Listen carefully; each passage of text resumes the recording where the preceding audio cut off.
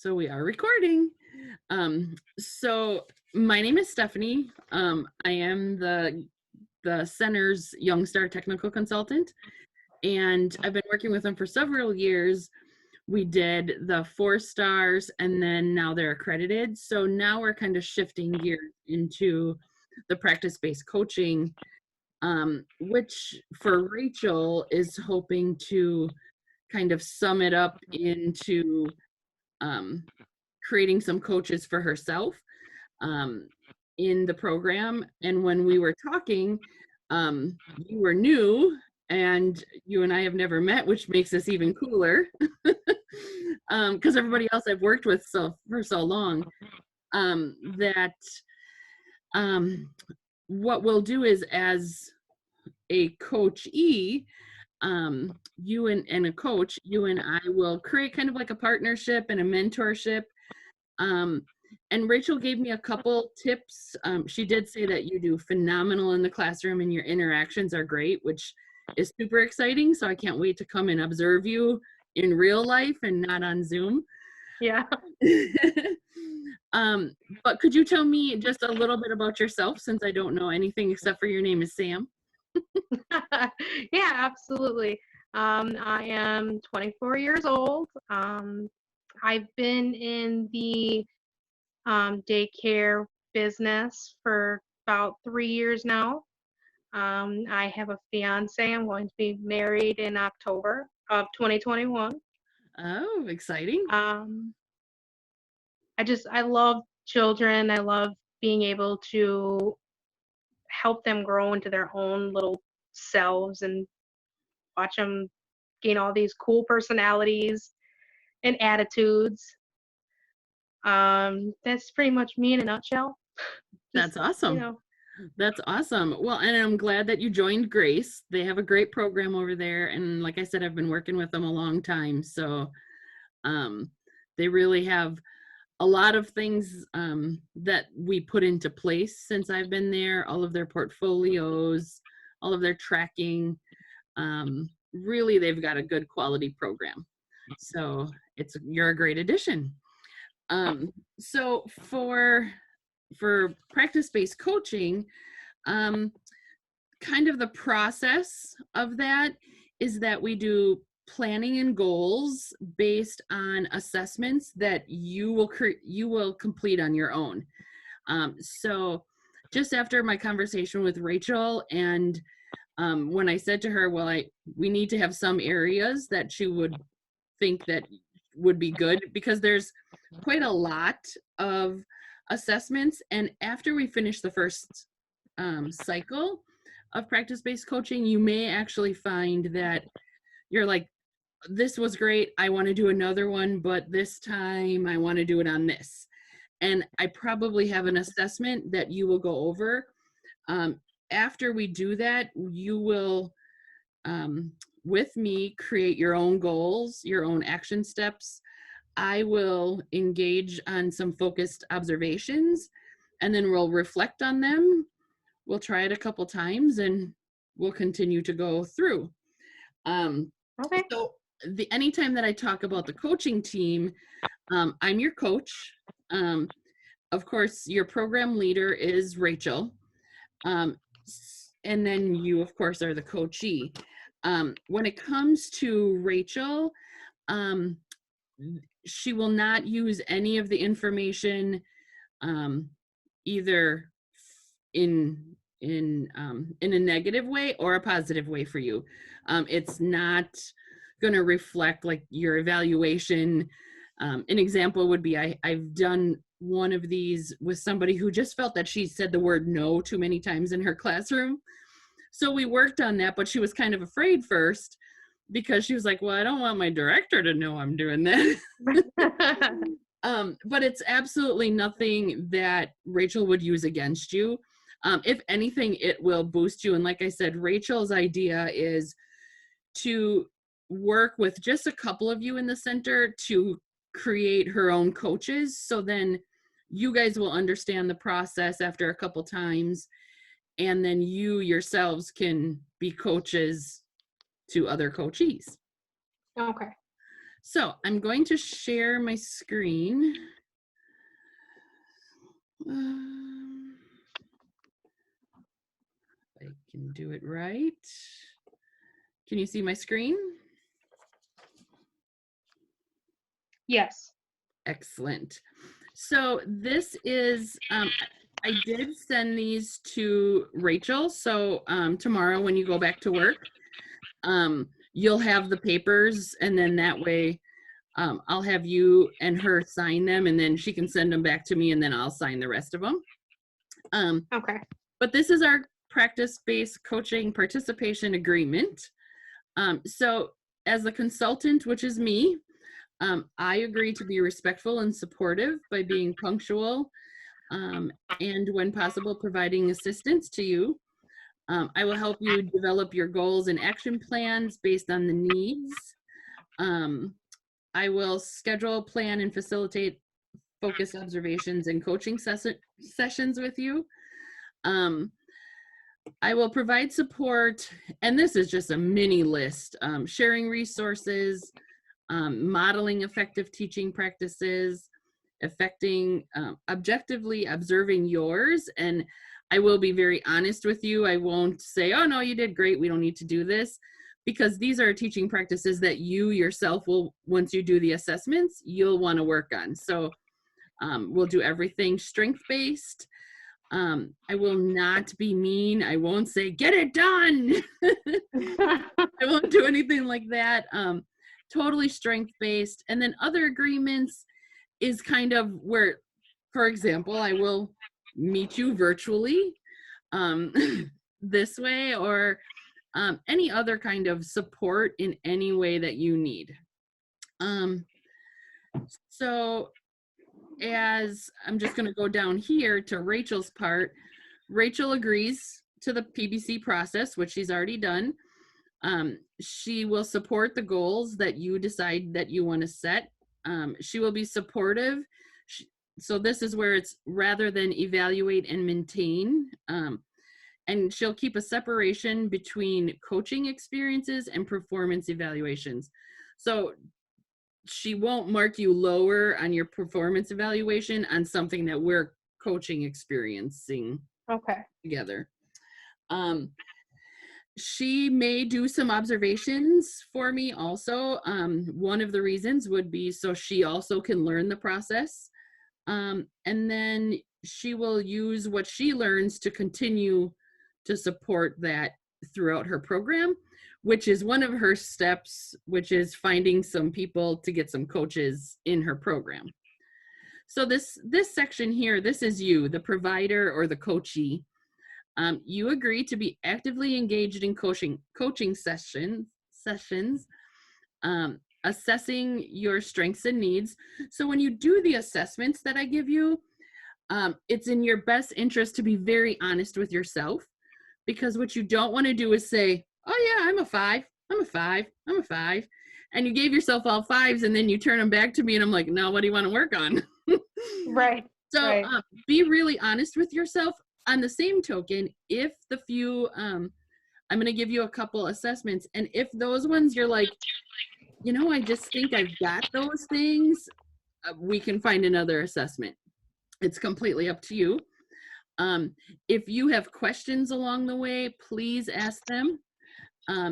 Any information that you have in regards to the assessments and stuff, sharing those, reflecting, listening, making sure to be active when we create your goals, so it's not just me telling you, and collaborating with me to determine what your next steps are so you get to those goals.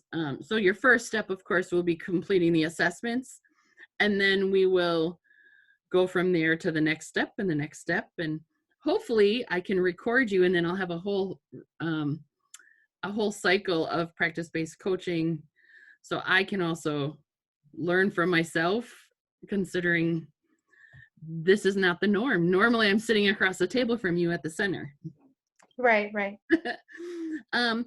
Also being open to being observed and getting your feedback. Being open to change, which is something that is really hard for teachers, especially if you've been in the field for a little bit. But remember that anything that you and I come up with that might change. If it doesn't work, it doesn't work. And then we try something else, which kind of leads me to the next one, which is exploring new practices. Because sometimes even I, as a teacher, I got into my own, this is what I do. There's nothing wrong with it. And then once I figured it out, I'm like, yeah, I probably could tweak a couple things. So then you have to agree to try the change. Mm-hmm. And again, there it says other agreements. So that's just if we come up with something else. Okay. Okay. So again, Rachel will have that one. And she'll have you sign those tomorrow. Okay. So like I said, when she was talking to me about you, now normally what I would do is I probably would observe you for an hour or so the first time, just so I could see how your teaching styles are and your strategies that you work with. So instead, I had Rachel kind of do some observations with you or on you. And one of the things is because you are new in the classroom, we thought, making sure that your classroom is organized. Now, I haven't been there in a while, and you're in Bears, right? Yes. So I give you kudos, first of all, to be in Bears, because I know it's a tough room. It's traditionally been a tough room because those are the 3-year-olds, and those guys are sometimes a little crazy. Oh yeah, but I love it. I wouldn't have it any other way. That's awesome. And so is that room still very boy driven? Yeah. Yeah. So Yeah. ironically, it just has been that way for quite some time. It seems that the girls, I do believe you have a wave coming, because I think there's a lot of girls in the younger Todds, Yes. in the toddlers and infants over there.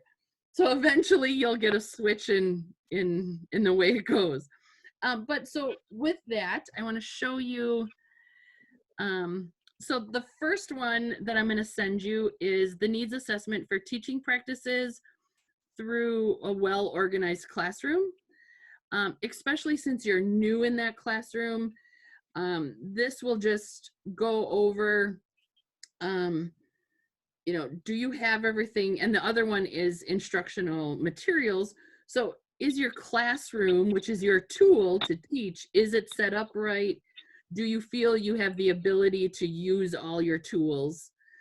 And are there tools that you could use that maybe would support your day a little bit better that aren't there? Okay.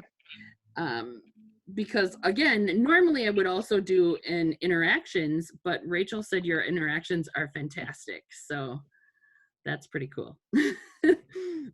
I'm glad to hear that. Yeah.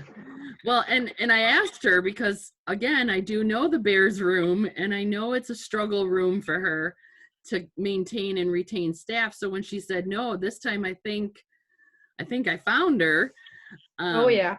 So she was really passionate about you when she talked to me, and I was excited, and it was a little more excited that you were brand new and we've never met. So I thought, ooh, this is going to be exciting and a little bit of a challenge for me too, because not knowing you, I can't say, okay, well, we've already worked on this.